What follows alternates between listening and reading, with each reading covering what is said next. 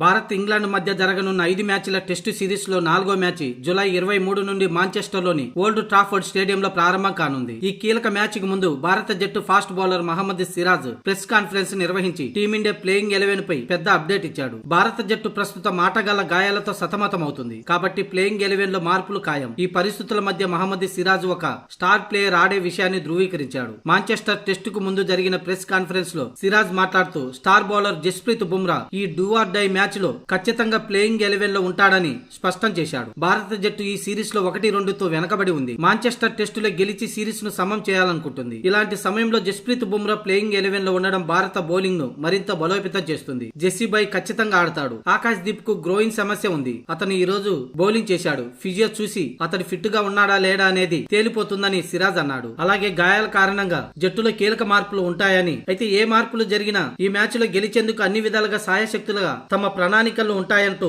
సిరాజ్ చెప్పుకొచ్చాడు. గత 3వ టెస్టులో మేము మెరుగ్గా ఆడాము. చివరి అంకంలో మ్యాచ్ ను కోల్పోవాల్సి వచ్చింది. 4వ టెస్టులో మాకు do or die match. Series నిలవాలంటే ఈ మ్యాచ్ మేము తప్పక గెలవాల్సిన పరిస్థితి. అందుకు తగ్గట్టుగానే ప్రణాళికలతో బరిలోకి దిగుతామని సిరాజ్ అన్నాడు. కాగా మాంచెస్టర్ లోని ఓల్డ్ ట్రాఫర్డ్ మైదానంలో భారత్ రికార్డు అంత మంచిగా లేదు. భారత్ ఈ మైదానంలో ఇప్పటి వరకు 9 టెస్టు మ్యాచ్లు ఆడింది. కానీ ఒక్క విజయం కూడా సాధించలేదు. ఇలాంటి పరిస్థితుల్లో శుభమన్ గిల్ సేన చరిత్రను మార్చాల్సిన సవాలు ఉంది. మరోవైపు ఈ మ్యాచ్ లో ఓడిపోతే భారత్ సిరీస్ ను కోల్పోతుంది. కాబట్టి టీమిండియా ఈ మ్యాచ్ ను ఏది ఏమైనా గెలవాలని కోరుకుంటుంది.